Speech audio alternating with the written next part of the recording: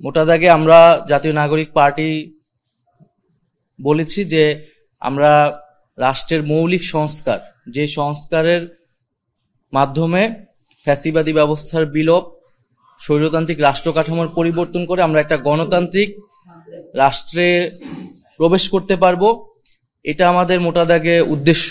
সেই উদ্দেশ্যের ভিত্তিতে আমাদের যে সংস্কার প্রস্তাবনা, আমরা আজকের আলোচনাতে আমরা ক্ষমতার ভারসাম্য, আমাদের যে সংবিধানে এক ব্যক্তি কেন্দ্রিক একটি কাঠামো, প্রধানমন্ত্রীর কাছেই সব ক্ষমতা কুক্ষিগত, সেটার কিভাবে গণতন্ত্রায়ন করা যায়, রাজনৈতিক প্রভাবের বাইরে গিয়ে এবং এক ব্যক্তির প্রভাবের বা প্রধান নির্বাহীর বাইরে গিয়ে সাংবিধানিক যেই নিয়োগগুলো রয়েছে, প্রধান বিচারপতি এবং অন্যান্য যে নিয়োগগুলো রয়েছে, সেই নিয়োগগুলো কিভাবে আমরা বাস্তবায়ন করতে পারি, এবং যে শান্তিপূর্ণ ক্ষমতা হস্তান্তরের প্রক্রিয়ার ক্ষেত্রে আমরা কোন ধরনের প্রাতিষ্ঠানিক নিয়ম তৈরি করতে পারি।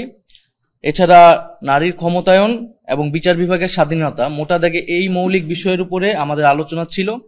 সেক্ষেত্রে আমরা প্রধানমন্ত্রীর ক্ষমতার ক্ষেত্রে আমরা বলেছি যে 2 বারের বেশি প্রধানমন্ত্রী হতে পারবে না, টার্ম লিমিট থাকবে 2 বার সর্বোচ্চ।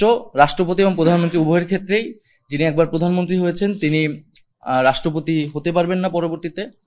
আমরা প্রধানমন্ত্রী শাসিত সরকার নয়, বরং মন্ত্রী পরিষদ শাসিত যে সরকার, সেটার প্রস্তাবনা দিয়েছি। এবং এছাড়া যেই এনসিসির ধারণা দেওয়া হয়েছিল ঐক্যমত্য কমিশনের পক্ষ থেকে, যে সাংবিধানিক কাউন্সিল, জাতীয় সাংবিধানিক কাউন্সিল, আমরা যে সেই জাতীয় সাংবিধানিক কাউন্সিলের ফরমেশন নিয়ে আলোচনা করা হয়েছে, সেখানে কিছু মতামত এসেছে। সাংবিধানিক কাউন্সিল হচ্ছে সাংবিধানিক যে গুরুত্বপূর্ণ পদ, সেই পদ নিয়োগগুলো দিবেন। এবং আইনসভার ক্ষেত্রে আমরা দ্বিকক্ষ বিশিষ্ট আইনসভাকে সমর্থন করেছি, এবং উচ্চকক্ষ হতে হবে ভোটের আনুপাতিক, আসনের আনুপাতিক নয়, এবং নির্বাচনের আগেই উচ্চকক্ষের প্রার্থীর ঘোষণা দিতে হবে রাজনৈতিক দলগুলোকে। আমরা 100 আসনে নারী প্রার্থী প্রত্যক্ষ ভোটে প্রতিযোগিতা করে সংসদে যাবে, এ প্রস্তাবকে নীতিগতভাবে সমর্থন করেছি, কিন্তু এটার পদ্ধতি কি হবে সেটার কয়েকটা প্রস্তাবনা এসেছে, সেটা এখনো আমরা চূড়ান্ত হয়নি, চলমান আছে সে আলোচনা। রাষ্ট্রপতি নির্বাচনের ক্ষেত্রে ইলেকটোরাল কলেজের মাধ্যমে রাষ্ট্রপতি নির্বাচন, সেটার একটা ধারণা দেওয়া হয়েছে। নিম্নকক্ষ, উচ্চকক্ষ, জেলা সমন্বয় কাউন্সিল, স্থানীয় জনপ্রতিনিধি, এদের মাধ্যমে একটা ইলেকটোরাল কলেজ করে সেখান থেকে রাষ্ট্রপতি নির্বাচন। সংবিধান সংশোধনের ক্ষেত্রে গণভোট করা লাগবে। উচ্চকক্ষ নিম্নকক্ষের 2/3 মাধ্যমে হওয়ার পরেও আমরা গণভোটে যেতে হবে সংবিধান সংশোধনের জন্য। আমরা বিচার বিভাগকে রাজনৈতিক প্রভাব মুক্ত করা নিয়ে আলোচনা করেছি, সেক্ষেত্রে কয়েকটি প্রস্তাবনা এসেছে। আলাদা সচিবালয় করা, বিচার বিভাগের জন্য আর্থিক স্বাধীনতা দেওয়া, এবং বিভাগীয় বেঞ্চ তৈরি করা, জ্যেষ্ঠতার ভিত্তিতে সুপ্রিম জুডিশিয়াল কাউন্সিলের মাধ্যমে প্রধান বিচারপতি নিয়োগ করা, এবং সেক্ষেত্রে উচ্চকক্ষের মতামত নেওয়া যায় কিনা সে বিষয়ে আমরা আলোচনা করেছি।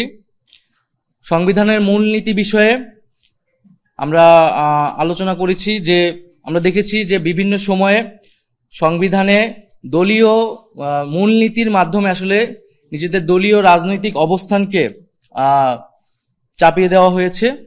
ফলে আসলে আমরা সংবিধানে মূলনীতির প্রয়োজন আছে কিনা সেই প্রশ্ন রেখেছি, যে এই মূলনীতির কাঠামোর বাইরে আমরা অন্য কোনো কাঠামো ভাবতে পারি কিনা। এবং আমাদের সংবিধানে যে গণপ্রজাতন্ত্রী এবং গণতান্ত্রিক রাষ্ট্রের কথা বলা থাকে, মৌলিক অধিকারগুলোর কথাও বলা থাকে, সেক্ষেত্রে আলাদা করে মূলনীতির প্রয়োজন আছে কিনা। তবে আমরা মূলনীতির ক্ষেত্রে বলেছি যে আমাদের যে 72-এর মূলনীতি, এছাড়া পরবর্তী সময়ে বিভিন্ন সংশোধনীর মাধ্যমে যে দলীয় মূলনীতিগুলো প্রবেশ করানো হয়েছে, সেই মূলনীতিগুলো বাতিল করতে হবে, সেই মূলনীতিগুলো আসতে পারবে না। সংবিধানে প্রত্যেক জাতিসত্তার স্বীকৃতি এবং প্রত্যেক জাতি, ধর্মীয় জনগোষ্ঠী এবং এছাড়া বিভিন্ন নৃতাত্ত্বিক জনগোষ্ঠীর যেই স্বীকৃতি এবং অন্তর্ভুক্তি, সেটার নিশ্চিত করতে হবে সংবিধানে। ইন্টারনেট প্রাপ্তির, নিরবিচ্ছিন্নভাবে ইন্টারনেট প্রাপ্তির অধিকারকে মৌলিক অধিকার হিসেবে স্বীকৃতি দিতে হবে। মৌলিক অধিকার আদালত দ্বারা বলবৎযোগ্য করতে হবে। তবে এক্ষেত্রে অর্থনৈতিক অধিকারগুলো ধারাবাহিকভাবে নিশ্চিত করা হবে। আর এছাড়াও এর আগেও আমরা বলেছি যে প্রার্থীর ন্যূনতম বয়সের ক্ষেত্রে আমরা 23 বছর বলেছি, ভোটারের বয়স 16 বছর। ডেপুটি স্পিকার আমরা একজন প্রস্তাব করেছি এবং সেটা বিরোধী দল থেকে হবে।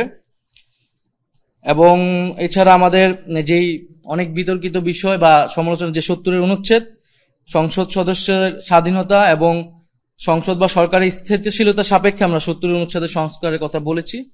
সেক্ষেত্রে অর্থ বিলের কথা বলা হয়েছে এবং স্বাধীন কমিশনের মাধ্যমে নতুন করে সীমানা পুনর্নির্ধারণের প্রস্তাব আমরা দিয়েছি। সংসদীয় যে সীমানা রয়েছে সেটা আমরা বলেছি যে একটি স্বাধীন কমিশন করে এটা নতুন করে, আগের কোনো সীমানায় আমরা যেতে চাই না, বরং নতুন করে এটা নির্ধারণ করতে হবে একটা স্বাধীন কমিশনের মাধ্যমে, নির্বাচন কমিশনের মাধ্যমে এটা করা হবে না। তো মোটা দাগে আমাদের আজকে এই বিষয়গুলো আলোচনা হয়েছে। এছাড়া যে পুলিশ সংস্কার কমিশনের স্প্রেডশিট দেওয়া হয়নি সে বিষয়ে আমরা উদ্বেগ প্রকাশ করেছি।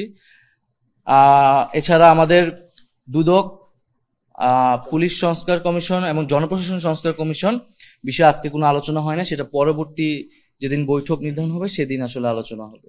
এই যে সমঝোতা, রাজনৈতিক সমঝোতার বিষয়টা, এটা আসলে আমরা মনে করি না যে এটা কোনো দলীয় অবস্থান থেকে হওয়া উচিত, বরং আমরা যদি আমাদের নীতিগত অবস্থানটা ঠিক করতে পারি, আমাদের আকাঙ্ক্ষা, জন আকাঙ্ক্ষার জায়গাটা ঠিক করতে পারি, যে জুলাই গণ অভ্যুত্থানের পরে আমরা একটা নতুন বাংলাদেশের কথা বলতেছি এবং আমরা বলতেছি যে যেই ব্যবস্থার ফলে একটা স্বৈরতন্ত্র বা ফ্যাসিবাদ তৈরি হয়েছিল, আমরা তো অবশ্যই চাই যে সেই ব্যবস্থাটি থাকবে না সামনের বাংলাদেশে। তো সেই ব্যবস্থার পরিবর্তন করতে হলে কি কি পদক্ষেপ আসলে নিতে হবে, আমরা মনে করছি এই পদক্ষেপ নিলে গণতান্ত্রিক একটা রাষ্ট্র কাঠামোতে আমরা প্রবেশ করতে পারবো। তো সেই জায়গা থেকে এটা জনগণই নির্ধারণ করবে, জনগণের সামনেই পরিষ্কার করতে হবে যে আসলে আমরা গণতান্ত্রিক একটা রাষ্ট্র কাঠামো যাব নাকি আমরা পুরনো রাষ্ট্র কাঠামো, পুরনো বন্দোবস্ততেই ফেরত যাব। ফলে আমরা মনে করি যে জুলাই গণ অভ্যুত্থানের পরে বাংলাদেশের মানুষের সেই আকাঙ্ক্ষা তৈরি হয়েছে এবং সেই আকাঙ্ক্ষার ভিত্তিতেই আমরা আমাদের বক্তব্যটা দিয়েছি এবং আমরা আহ্বান জানাই যে বিএনপি থেকে শুরু করে অন্য যে কোনো রাজনৈতিক দল, আমরা এখনই আমাদের একটি সুযোগ এসেছে যে আমরা একটি রাজনৈতিক সমঝোতার মাধ্যমে আসলে বাংলাদেশকে এগিয়ে নিয়ে যেতে পারবো। এবং বাংলাদেশে আসলে যেটা কখনোই হয় না, যেটা আজকের আলোচনা আমরা অনেক বেশি জোর দিয়েছি, যে শান্তিপূর্ণভাবে ক্ষমতা হস্তান্তর, এটার নিয়েই বাংলাদেশের সকল সমস্যা, যে কিভাবে ক্ষমতা হস্তান্তর হবে। তো এবং সেই জায়গায় রাজনৈতিক দলগুলোর মধ্যে সমঝোতা, আলোচনার টেবিলে বসা, সেটাকে সেই সংস্কৃতি আসলে প্রয়োজন। ফলে আমরা আহ্বান জানাবো যে মৌলিক সংস্কারের কথা আমরা বলেছি, সেই সংস্কারে যাতে আমরা সবাই নীতিগতভাবে একমত হই, এর ফলে আসলে এই সংকট কাল থেকে আমরা উত্তরণ করতে পারি। ঐক্যমত কমিশন থেকেই প্রস্তাবনা ছিল যে 4 মূলনীতি বাতিল করা, এবং ওনারা 5 মূলনীতির একটা প্রস্তাবনা দিয়েছে। তো আমরা সেখানে তো শুধু টিক চিহ্ন দেওয়ার এবং ছোট মন্তব্য করার সুযোগ ছিল। তো সেই জায়গায় আমরা বলেছি যে 4 মূলনীতি, যা 72-এর যে 4 মূলনীতি বাতিল করা, সেটাকে আমরা সমর্থন করি এবং এটা আমরা বহুবার বলেছি যে আমরা কেন 72-এর মূলনীতিকে বাতিল চাই। আর এর পরিবর্তে যে তারা যে 5 মূলনীতি বলেছেন, আমরা সেখানে বলেছি যে বহুত্ববাদের যে বিষয়টা, সেটার আরো পরিষ্কার ব্যাখ্যা বা সংজ্ঞায়নটা কি, সেটা আমরা তাদের কাছে জানতে চেয়েছি এবং তারা বলেছেন যে সেটা নিয়ে তারা আরো আলোচনা করবেন এবং এটার ব্যাখ্যা দিবেন। আর এর বাইরেও আমরা বলেছি যে আমরা এখন দেখছি 5ম সংশোধনী মাধ্যমে আবার সে আগের একটা মূলনীতিকে ফিরিয়ে আনার প্রচেষ্টা আছে। সেই জায়গায় আমরা বলেছি যে এই মূলনীতির মাধ্যমে বিভিন্ন সময় আমরা দেখেছি যে দলীয় রাজনৈতিক অবস্থান বা দলীয় মূলনীতিকে চাপিয়ে দেওয়া হয়েছে সংবিধানে, দলীয় মতাদর্শকে চাপিয়ে দেওয়া হয়েছে, বরং সংবিধানে একটা আমাদের এমন একটা জাতীয় ঐক্যমতের জায়গায় আসলে থাকা উচিত ছিল, যে আদর্শিক জায়গাটা কোনো নির্দিষ্ট দলের বা কোনো নির্দিষ্ট জনগোষ্ঠীর কোনো আদর্শ বা মূলনীতি এখানে থাকার সুযোগ নেই। সেই জায়গায় আমরা প্রশ্ন করেছি ঐক্যমত কমিশনের কাছে যে মূলনীতি কাঠামোর বাইরেও আমরা সংবিধানকে ভাবতে পারি কিনা, কারণ আমরা সংবিধানে রিপাবলিকের কথা বলছি, আমরা গণতান্ত্রিক রাষ্ট্রের কথা বলছি, আমরা মৌলিক অধিকারগুলোর কথা বলছি, যার মাধ্যমে রাষ্ট্রের জনগণের অধিকার কিভাবে নিশ্চিত হবে, কিভাবে একটা অন্তর্ভুক্তিমূলক রাষ্ট্র হবে, এর বাইরে আবার মূলনীতির প্রয়োজন আছে কিনা। কারণ মূলনীতির যেই বাংলাদেশের সিলসিলা আমরা দেখেছি, সেটা আসলে খুব সুখকর অভিজ্ঞতা আমাদের জন্য হয়নি আর কি। তো এই বিষয়ে আসলে কোনো চূড়ান্ত কিছু আজকে হয়নি, আজকে আলোচনা হয়েছে, আসলে আলোচনা হয়নি, কারণ এই সংস্কারগুলো আমরা আসলে কিভাবে করব, পদ্ধতির জায়গা হচ্ছে তখন আমরা বলতেছি গণপরিষদ নাকি এটা সংসদে সংশোধনীর মাধ্যমে হবে, নাকি গণভোটের মাধ্যমে হবে, এই বিষয়ে আজকে আলোচনা হয়নি।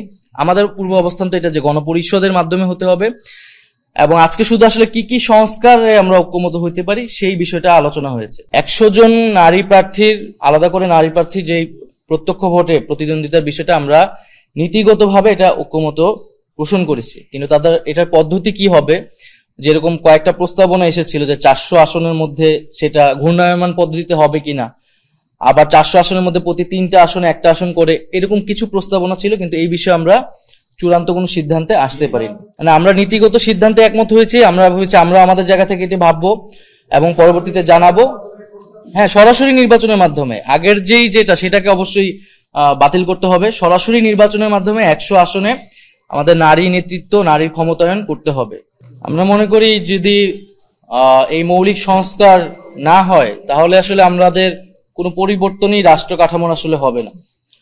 ফলে এটা তো শুধু এনসিপির দাবি না, এটা বাংলাদেশের জাতীয় দাবি এবং জনগণের যে আকাঙ্ক্ষা, সেই আকাঙ্ক্ষা থেকে উত্তরণের জন্যই দাবি। এখন কোনো গোষ্ঠীর নিজস্ব দলীয় স্বার্থে বা ক্ষমতার মোহের কারণে যদি এই দাবি আটকে যায়, এটা এমন না যে এই দাবি কখনোই পূরণ হবে না। শেখ হাসিনা সরকারও মনে করেছিল সেই সময় অনেক দাবি, কোনো দাবি কিন্তু পূরণ হয়নি, এবং মনে করেছিল তিনি যা বলবেন সেভাবেই আসলে জাতি এবং রাষ্ট্র চলবে, কিন্তু শেষ পর্যন্ত কিন্তু হয়নি। জনগণ কিন্তু রাস্তায় নেমে এসেছিল, এবং জনগণ 5ই আগস্ট তাদের নিজস্ব জনগণের যে ক্ষমতা, সেই ক্ষমতা কিন্তু দেখিয়েছে, এবং সেই রাষ্ট্র কাঠামোর অঙ্গীকার বা আকাঙ্ক্ষা তারা ব্যক্ত করেছে। এবং এখন যদি আমরা সেই তার জনগণের আকাঙ্ক্ষা, গণঅভ্যুত্থানের আকাঙ্ক্ষা, সেটা থেকে যদি আমরা সরে যাই বা কেউ কোনো গোষ্ঠী সরে যায়, তাহলে জনগণ যে আবার রাস্তায় নামবে না তার কিন্তু কোনো নিশ্চয়তা নেই।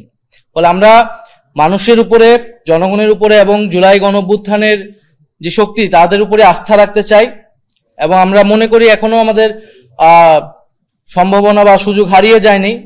আমরা যে কথাটি এসেছিল যে আসলে দুই প্রান্তে যদি চলে যায় তাহলে আসলে কিভাবে সমঝোতাটি হবে, তো সেটার জন্য আমরা মনে করি আলোচনার কোনো বিকল্প নেই, এবং আলোচনার জন্য আমরা সবসময় উন্মুক্ত।